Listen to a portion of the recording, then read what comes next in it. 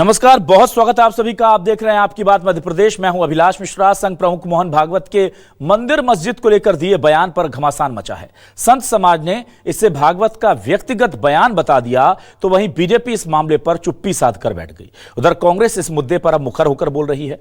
कांग्रेस का कहना है कि जो बात आज संघ प्रमुख कह रहे हैं वही बात कांग्रेस शुरू से कहती आ रही है।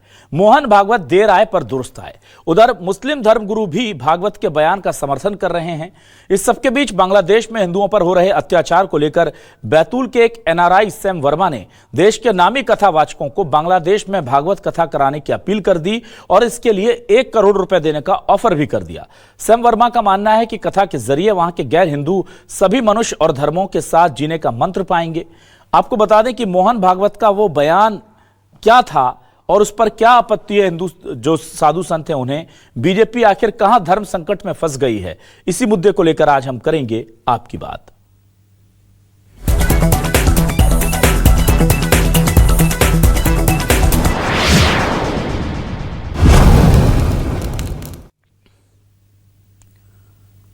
तो आइए सबसे पहले मोहन भागवत का वो बयान सुनाते हैं जिसमें उन्होंने कैसे गंगा जमनी तहजीब का सम्मान करने की बात कही और कैसे कहा कि हर मस्जिद में मंदिर ढूंढना गलत है। जरा सुनिए।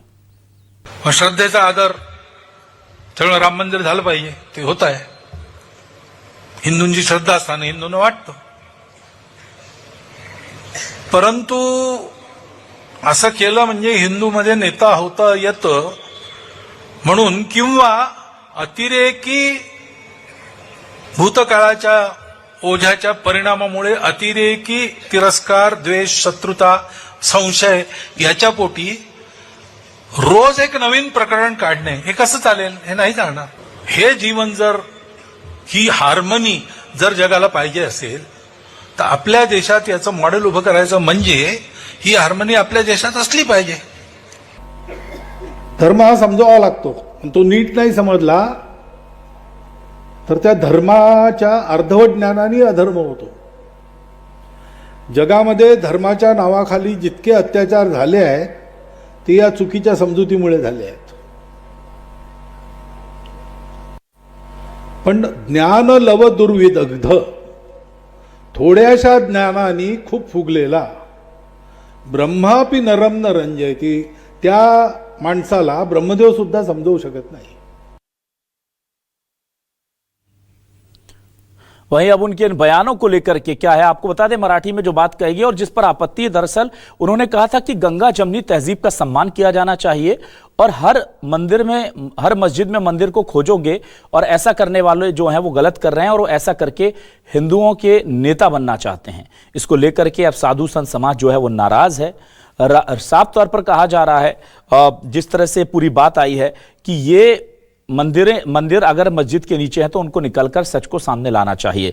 राम भद्राचार्य जी क्या कह रहे हैं, देवकीनंदन ठाकुर साहब क्या कह रहे हैं, जरा सुनिए। मैं तो यही मानता हूं कि जो हमारी ऐतिहासिक वस्तुएं हैं वो हमें मिलनी ही चाहिए और हमें लेनी भी चाहिए, चाहे जैसे भी हो। साम हो, दान हो, दंड हो, भेद हो, चाहे जैसा भी एकत्र होना चाहिए, पर अपने ऐतिहासिक संपत्ति थोड़ी किसी को दे देनी चाहिए।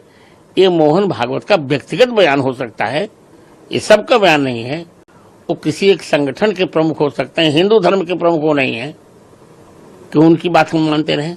वो हमारे अनुशासक रहे हैं, हम उनके अनुशासक हैं। अपने मंदिरों को ऐसे कैद खाने में नहीं छोड़ सकते। कृष्ण शिव मेरी आत्मा है। तो मुझे लगता है कि जब तक मथुरा में मंदिर न बन जाए, जब तक काशी में मंदिर न बन जाए, जब तक सनातन बोर्ड नहीं बन जाए, तब तक हम किसी भी सनातनी को मौन नहीं रहना चाहिए। हम लोग मौन थे तो पाकिस्तान बन गया, हम लोग मौन थे तो बांग्लादेश बन गया। अब और मौन रहेंगे तो इस हिंदुस्तान के भी टुकड़े होंगे। तो इसलिए मौन तो नहीं रहना है। अपने अधिकार के लिए लड़ेंगे, अपने अधिकार की बात करेंगे और अधिकार की बात करेंगे तो ही अधिकार मिलेंगे। सनातन बोर्ड चाहिए, कृष्ण जन्मभूमि चाहिए, काशी विश्वनाथ चाहिए। उधर इस पूरे मामले को लेकर कांग्रेस कह रही है कि जो बात मोहन भागवत कह रहे हैं वो बिल्कुल ठीक कह रहे हैं और कांग्रेस भी सालों से यही बात समझाने की कोशिश कर रही है। बीजेपी क्या जवाब दे रही है, जरा ये भी सुनिए। आरएसएस ने, भारतीय जनता पार्टी ने इस देश के लोगों को जाति के नाम पर, धर्म के नाम पर बांटने के बीज बोए थे, जो घृणा के बीज बोए थे, उस घृणा के बीज से आज पूरा देश परेशान है। आज मोहन भागवत जी कह रहे हैं कि न मंदिर और न मस्जिद के नीचे देखने की, झांकने की जरूरत नहीं है। तो मैं मोहन भागवत जी से ये कहूँगा, ये बात तो कांग्रेस पार्टी शुरू से कहते आ रही है, ये देश सभी का है, ये देश हर उस नागरिक का है जो इस देश में पैदा हुआ है। इस देश में सबको रहने का अधिकार है, सबको अपने हिसाब से चलने का अधिकार है। ये बात कांग्रेस कहते आ रही थी, अब मोहन भागवत जी देर आए दुरुस्त आए। देखिए, कांग्रेस आरोप और आलोचना लगाकर राजनीति करने का काम करती है और कांग्रेस एक विशेष वर्ग की राजनीति करती है और उस वर्ग को खुश करने के लिए वो कुछ भी करती रहती है। आप देखेंगे जब जेएनयू में जब नारे लगे थे कि भारत तेरे टुकड़े होंगे इंशाअल्लाह इंशाअल्लाह, तो उनके भाषणों का समर्थन करने के लिए कौन खड़ा था? आज कन्हैया कुमार जी किस दल में हैं? यह कांग्रेस को। और कांग्रेस को मुझे लगता है कि आरोप और आलोचनाओं से बचना चाहिए और कौन बयानों पर प्रतिक्रिया देने पर भी मेरे को लगता है कि उनको सोच समझकर देनी चाहिए।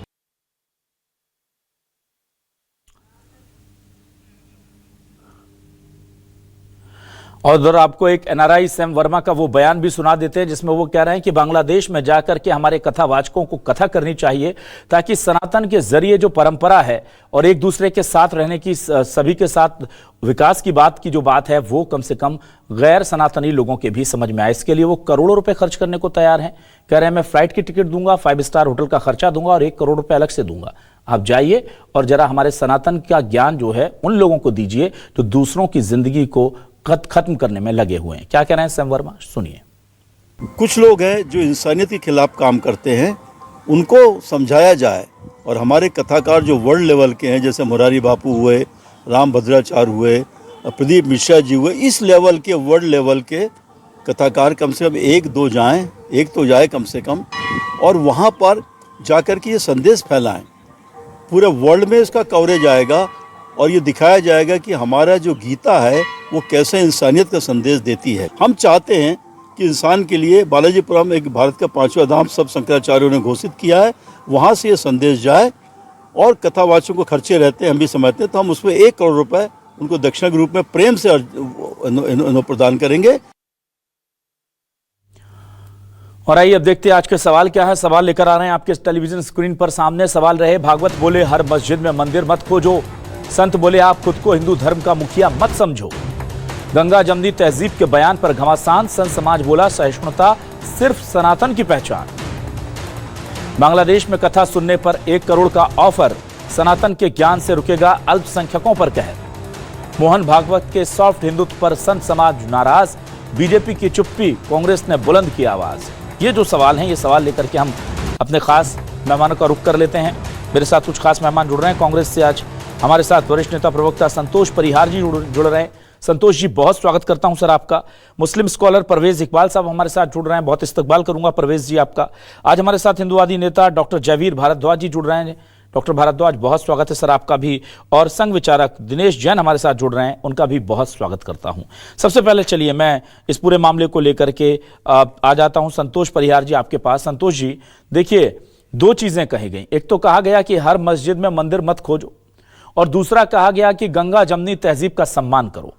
और मैं देख रहा था कि कल जो राज्यपाल हमारे अभी नए नए बने हैं बिहार के, वो छत्तीसगढ़ में थे और आरिफ मोहम्मद खान साहब कह रहे थे कि गंगा जमनी तहजीब का क्रेडिट आप मुस्लिम समाज को या धर्म को या ईसाई धर्म को या फिर यहूदी धर्म को मत दीजिए, क्योंकि गंगा जमनी तहजीब का जो अर्थ होता है सहिष्णुता, वो तो केवल सनातन धर्म में दी गई है। उनके धर्म में तो लिखा गया है कि दूसरों को काट दो, जीने मत दो। तो ये 2 बड़े बयान है जिस पर आपत्ति है संत समाज को, क्या कहेंगे आप?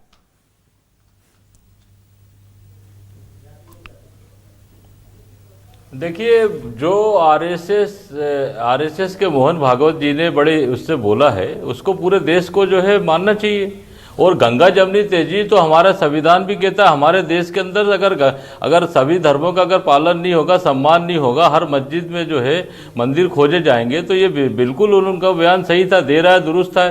ये भावना भड़काने वाली बातें करके एक समय जो है एक बात ये करते हो कि गांधी जी की हत्या जो है नाथूराम गोडसे ने करी, और बाद में फिर उससे पल्ला झाड़ लेते हो, फिर गांधी जी को मानने लगते हो। तो आपकी स्थिति स्पष्ट जो है कि हमारा भारत देश संविधान से चलता है, अम्बेडकर को मानना, अम्बेडकर जी का संविधान बनाया उससे चलता है। और मध्य प्रदेश, वो पूरे देश के अंदर इस समय जो है ये भावना भड़काने वाले लोग जो काम कर रहे हैं, ये कितनी गलत बात है।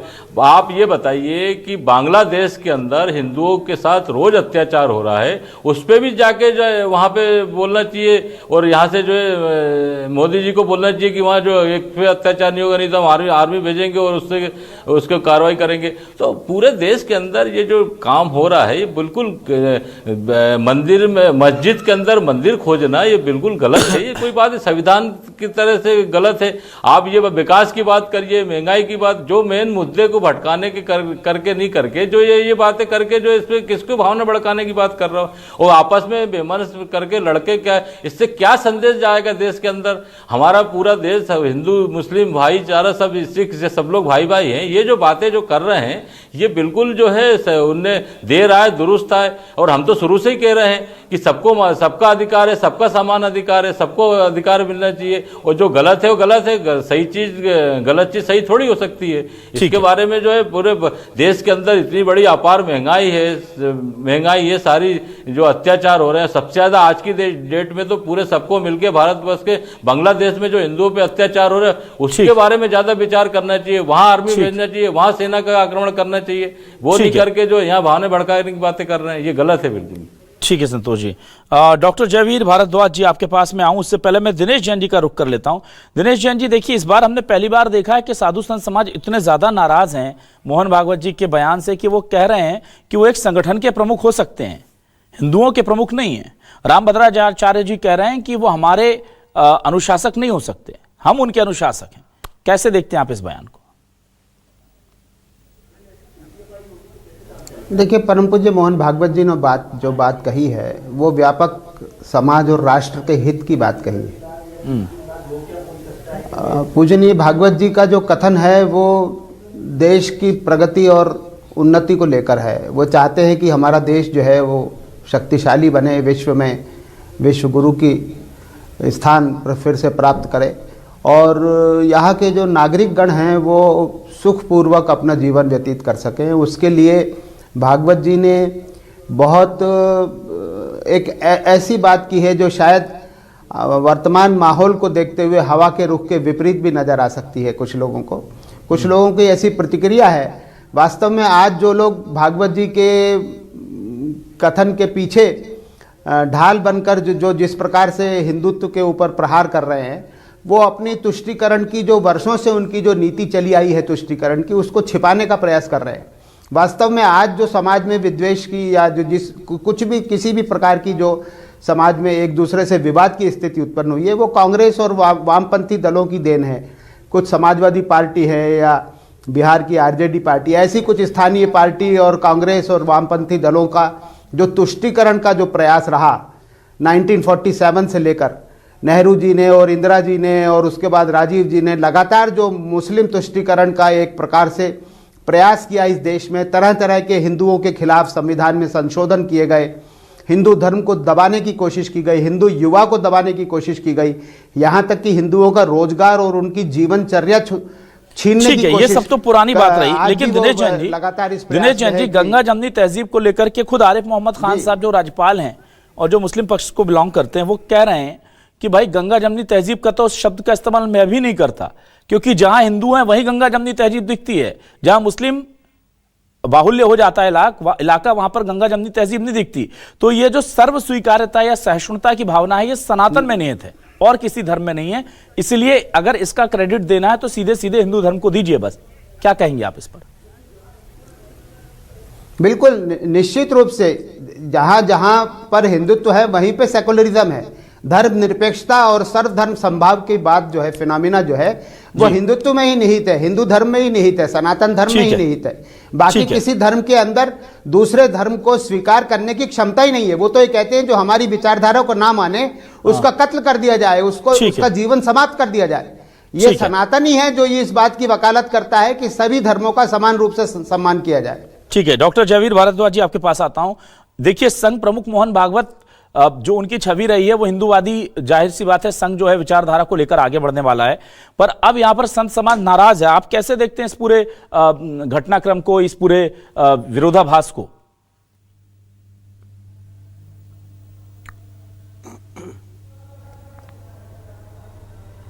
डॉक्टर जयवीर जी आप सुन पा रहे हैं मुझे?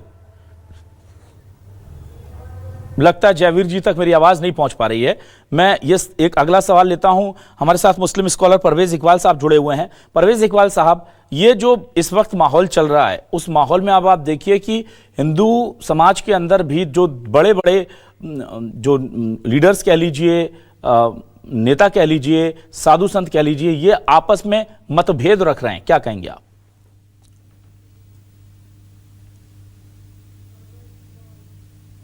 सी मामला है, मतभेद रख रहे हैं। अगर वो अपने आरएसएस प्रमुख से ही मतभेद रख रहे हैं तो इसमें मैं क्या टिप्पणी कर सकता हूँ। रहा सवाल, मैं अपनी मुस्लिम समाज का प्रतिनिधि बनकर अगर यहाँ बैठा हूँ तो जो आरएसएस के प्रमुख भागवत जी बोल रहे हैं मैं उनसे शब्दशः सहमत हूँ।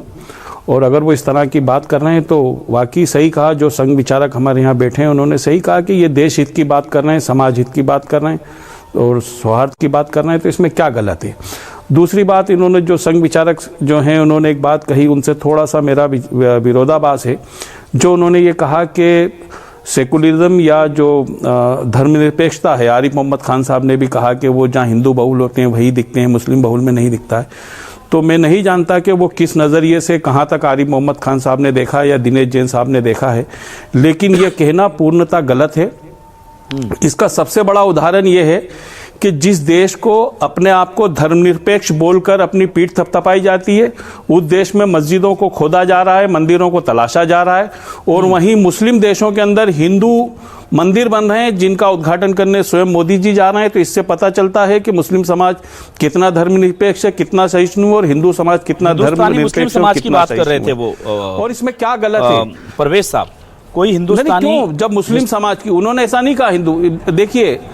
देखिए आप धर्म की बात करते हैं, जब कुछ भी पर्टिकुलर में, देखिए मैं हमेशा से मेरी इस बात की एक शिकायत रहती है, जो विषय से थोड़ा सा हटके, लेकिन एक सेकंड में अपनी बात खत्म करूंगा। जब कोई आतंकवादी घटनाएं घटती हैं उसमें कोई मुस्लिम व्यक्ति रहता है तो पूरा मुस्लिम समाज आतंकवादी हो जाता है, और जब किसी हिंदू समाज के व्यक्ति की बात होती है तो उसका कोई संगठन नहीं होता है, वो व्यक्तिगत हो जाता है।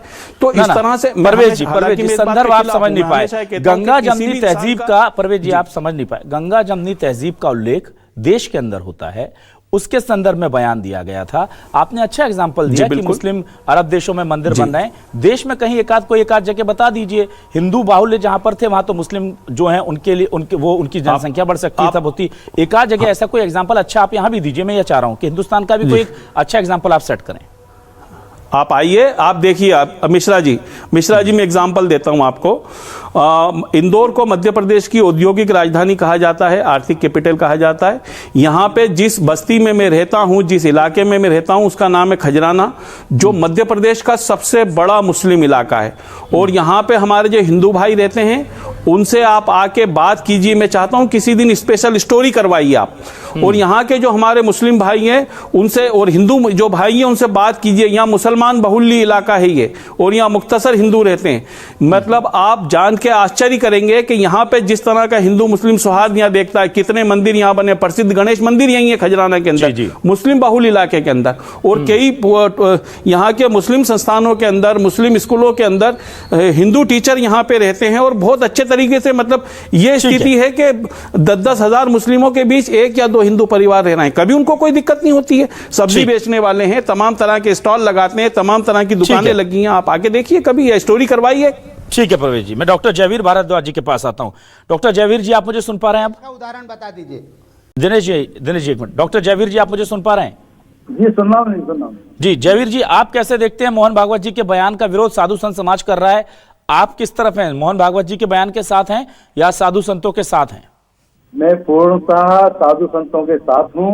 जिस प्रकार से जो है हिंदू महासभा ने अयोध्या में राम जन्मभूमि को मुक्त कराने के लिए 70 साल तक मुकदमा लड़ा, और जब उद्घाटन किया गया तो हिंदू महासभा के लोगों को बुलाया नहीं गया। ये इस प्रकार की राजनीतियां करके केवल देश के अंदर जो है जो वो स्थितियां लाना चाहते हैं जिस स्थितियों को नहीं आना चाहिए। आज बांग्लादेश के अंदर हिंदू जो पिट रहा है, मर रहा है और मंदिरों को तोड़ा जा रहा है, उसके लिए जो है सरकार नहीं हमारी चेत रही, हमारे लोगों को चेतना नहीं आ रही, हमारे लोग उसकी बात करना नहीं चाहते। यदि हिंदू महासभा मैच बांग्लादेश से मैच की विरोध करती है तो उनको जो है जेलों में ठूस दिया जाता है, जेलों में बंद कर दिया जाता है। ऐसी परंपरा जब चलेगी तो निश्चित रूप से सौहार्दपूर्ण वातावरण देश का जो है दूसरे रूप में जाएगा। आज हमको सबको एकजुट होकर ये बात उठानी चाहिए कि कहीं भी किसी भी समुदाय के ऊपर अत्याचार हो रहा तो गलत हो रहा है। आज यदि मंदिरों की बात की जा रही है तो क्यों नहीं मंदिरों की बात क्यों? श्री कृष्ण जन्मभूमि मथुरा के अंदर किसकी है? हिंदुओं की है, प्रमाणित है। प्रमाणित देने के बाद जो सुनील फलारी ने जो है उसमें मुकदमा कायम किया, लेकिन आज जो है वहां पर भी जो है जिस प्रकार की वातावरण कायम किया जा रहा है कि वो सांप्रदायिक दंगा हिलाने के काम किया जा रहा है, जो नहीं होना चाहिए, देश के लिए नहीं है। आज मंदिरों की बात जो की जा रही है उसके लिए हिंदू महासभा पहले से ही करती आई है, साधु संत पहले से करते आए हैं, और गंगा यमुना वाली जो बात है निश्चित रूप से जो है हिंदू समाज की एक परंपरा रही है, वो रहेगी। ठीक है। मैं वापस आता हूं संतोष परिहार जी आपके सामने। तो संतोष परिहार जी देखिए, पहले हम बात करते थे तो वहां बात होती थी कि कौन कितना सेकुलर है और कौन कितना कट्टर है। अब यहां पर बात यह होती है कि कौन सॉफ्ट हिंदुत्व वाला है और कौन कट्टर हिंदुत्व वाला है। यह जो माइंडसेट चेंज हो रहा है देश का, प्रदेश का, इसको कैसे देखते हैं आप? देखिए अभिलाष जी, कट्टर का शब्द कहां से आया, ये तो आज तो ये जो नेता लोग जो राजनीतिक रोटियां सेक रहे हैं, कट्टर होता क्या है? अरे हिंदू मतलब हिंदू, और कट्टर और सॉफ्ट हिंदू, नरम हिंदू, इससे अरे हमारा देश गीता से पूरे देश के लोग, पूरे विश्व के लोग जो है गीता पढ़ के जो है शिक्षा ले रहे हैं। सारे समाज को एक जैसे एक ही उसमें देख रहे हैं। किसी भी एक समाज के बारे में गलत बोलना ये तो घोर पाप है। और जहां तक जो है आप कट्टरता की बात करते हैं, कट्टरता अपनी राजनीतिक रोटी सेकने के लिए करते हैं। कट्टरवादी लोगों ने ही तो जो है गांधी की हत्या करी थी, नाथूराम गोडसे ने। कट्टरवादी लोग तो जो है जुलूसों में पत्थर फेंक देते हैं, बाद में अपनी राजनीतिक रोटियां सेकते हैं। कट्टरता का तो पूरे स्थान होना ही नहीं चाहिए।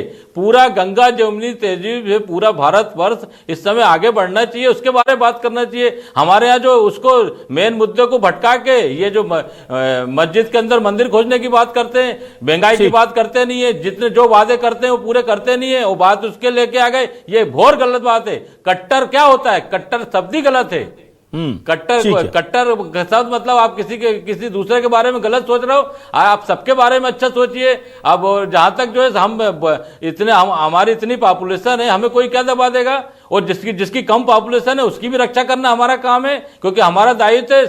सिख हो, ईसाई हो, हिंदी हो, सब हो। अभी लखनऊ के अंदर जो है वहां पे कुछ लोग चले गए, उपद्रवी लोग चले गए, जो वहां पे जो वो चल रहा था उसके अंदर अपने भजन करने लगे। तो ये गलत बात है। गलत चीज तो गलत हो सकती है ना। कहीं किसी का आयोजन चल रहा है, आज क्रिसमस के समय में आयोजन चल रहा है, कुछ लोग जाके वहां पे नारेबाजी करने लगे। तो ये कट्टरता तो जो है राजनीतिक लोग अपनी रोटियां सेकने के लिए करते हैं। हमारा हिंदू धर्म बहुत सॉफ्ट है और हम सबको लेके चलने वाली बातें करते हैं। भोपाल में रहते थे, भोपाल के अंदर स्थिति हम 40 साल से देख रहे हैं, कभी ऐसा स्थिति नहीं बिगड़ी। लेकिन कुछ लोग जो है अपनी राजनीतिक रोटी सेकने के लिए लोगों को भड़काते हैं, क्योंकि आप कब्जा कर देंगे, ये कर लेंगे। ये सब बिल्कुल गलत बात है, गलत चीज सही थोड़ी किया जा सकता। ठीक है संतोष, अपराधी होता है। चलिए मैं दिनेश जैन जी के पास आता हूं। दिनेश जी, आपसे जानना चाहता हूं, अब देखिए बहुत स्पष्ट तौर पर कह दिया गया है कि यहां पर एक तरफ साफ तौर पर मोहन भागवत जी कह रहे हैं कि ऐसे लोग जो लोगों की भावनाएं भड़का करके हिंदुओं का नेता बनने की कोशिश करते हैं, तो वो आरोप लगा रहे हैं कि पॉलिटिकल फायदे के लिए लोग ऐसा बयान दे रहे हैं। और उधर रामभद्राचार्य जी कह रहे हैं कि वो नेता होंगे, प्रमुख होंगे, संघ के, हिंदुओं के नेता नहीं है। तो क्या ये बहुत बड़ा यहां पर टकराव नहीं दिख रहा है कि हिंदुओं का नेता बनने की के आरोप रामभद्राचार्य जी ने लगा दिए मोहन भागवत जी पर, और मोहन भागवत जी ने संत समाज पर लगा दिए जो इस तरह के बयान देते हैं? तो ये बड़ा टकराव खड़ा नहीं हो रहा है हिंदुत्व के बीच ही, विचारधारा के बीच ही है? देखिए, नेता बनने का प्रयास या नेता कौन होगा ये तो निर्धारित होता है उसके अपने आचरण से और उसके अपने एक्शन से। और जहाँ तक हिंदुओं का सवाल है तो शताब्दियों से हिंदुओं के साथ अन्याय हुआ है। ये बात तो हम जानते हैं कि हमारा जो राज्य था, हिंदुओं का जो शासन था, अफगानिस्तान से लेके उधर बर्मा तक था। लेकिन आज हमारी स्थिति क्या हो गई, अफगानिस्तान चला गया हमारे हाथ से, पाकिस्तान चला गया, बांग्लादेश चला गया, म्यांमार चला गया, और भारत में भी इतने सारे डिस्ट्रिक्ट, सैकड़ों डिस्ट्रिक्ट ऐसे हो गए जहाँ हिंदू अल्पसंख्यक हो गए। और जहाँ जहाँ हिंदू अल्पसंख्यक हो गया, बांग्लादेश का एक उसका ज्वलंत उदाहरण है। अतीत में किस प्रकार हिंदुओं के ऊपर जुल्म हुए होंगे, वर्तमान में बांग्लादेश इसका एक ज्वलंत उदाहरण है। जिस प्रकार से वहाँ मंदिर जलाए जा रहे हैं, हिंदुओं माँ बहन बेटियों की हत्याएं, उनके साथ बलात्कार हो रहे हैं, हत्याएं हो रही हैं, हजारों हिंदुओं की हत्याएं हो चुकी। और जिस प्रकार से हिंदुओं के ऊपर अन्याय पूर्व में हुआ है, इतने बड़े देश में जहाँ जमीन ही जमीन की थी, वहाँ पर मंदिरों, हिंदू ऐतिहासिक मंदिरों के जन्म स्थानों के ऊपर ही जाकर मस्जिद बनाना, ये हिंदुओं के दमन का, उस समय के जो हिंदू शक्ति केंद्र थे उनके ऊपर अपना दमन करके उनके ऊपर अपना राज्य स्थापित करना, अपनी पावर को सत्यापित करना, अपनी शक्ति को सत्यापित करना, हिंदू शक्ति स्थलों को दमन करके, ये प्रयास विदेशी आक्रमणकारियों ने हमेशा से किए हैं।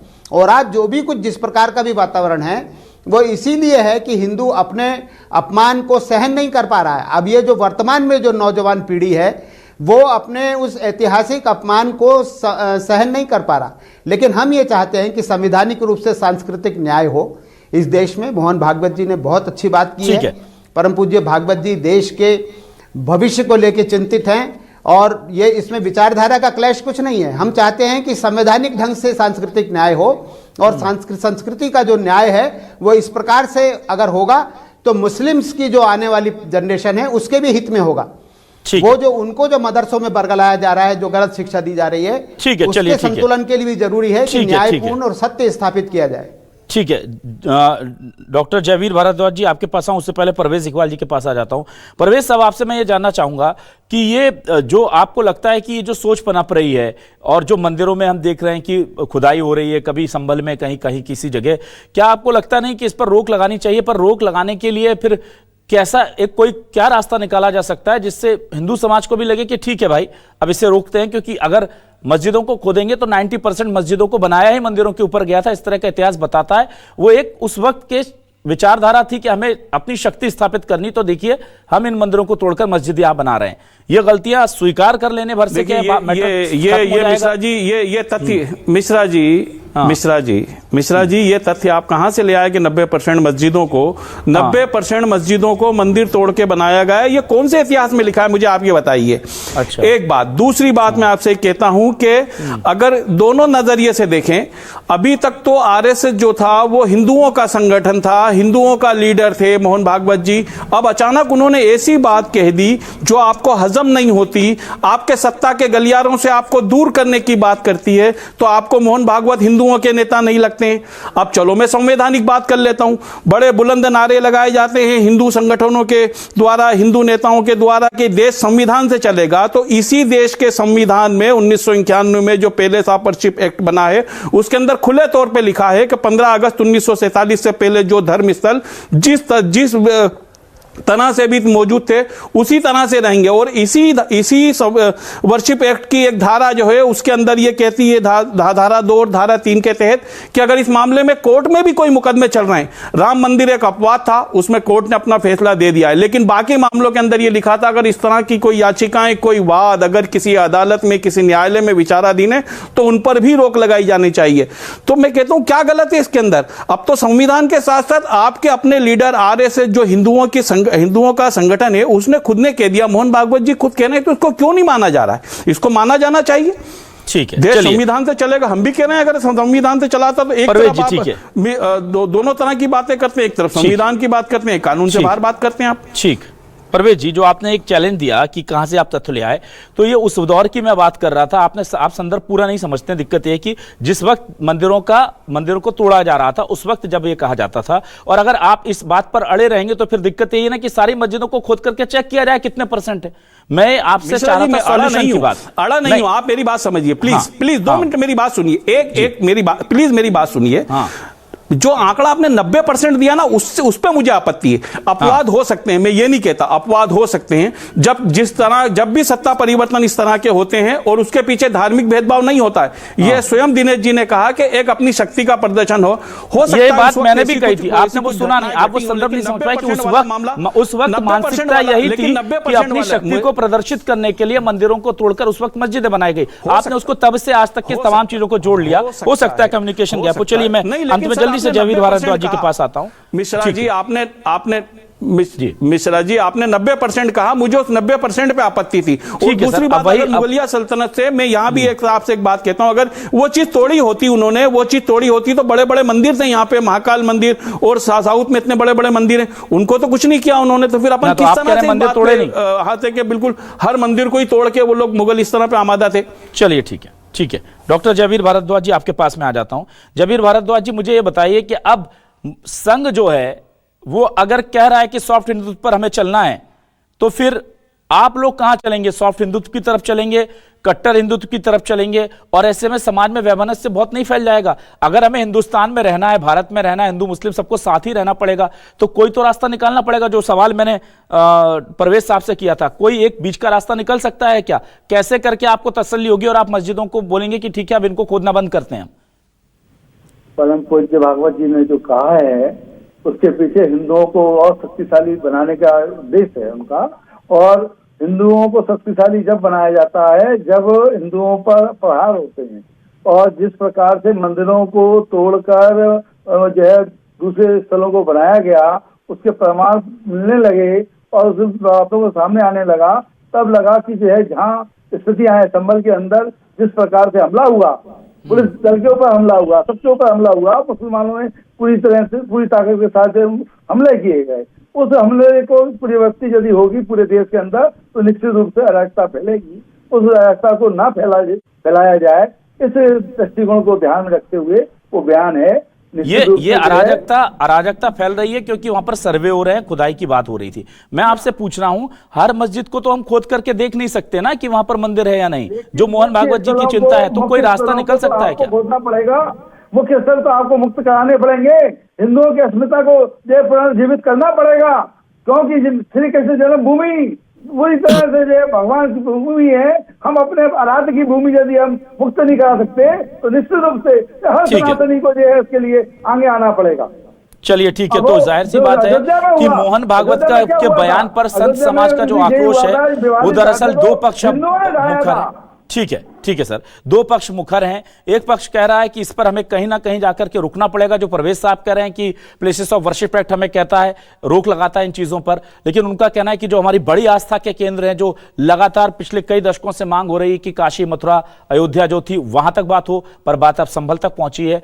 अब इस पर क्या रोक लगेगी संवैधानिक तौर पर, कानूनी तौर पर, या ये आस्था का विषय भारी पड़ जाएगा समाज पर? और उस पर उसके बाद क्या हमारा जो एकजुटता का ताना बाना है, कहीं उस पर ये गलत असर तो नहीं डाल देगा? ये बड़ा सवाल है। बहुत शुक्रिया करूंगा मैं संतोष परिहार जी, परवेज इकबाल जी, डॉक्टर जयवीर भारद्वाज जी और दिनेश जैन जी हमारे साथ जुड़ने के लिए, इस डिबेट का हिस्सा बनने के लिए। तमाम दर्शकों का शुक्रिया। नमस्कार।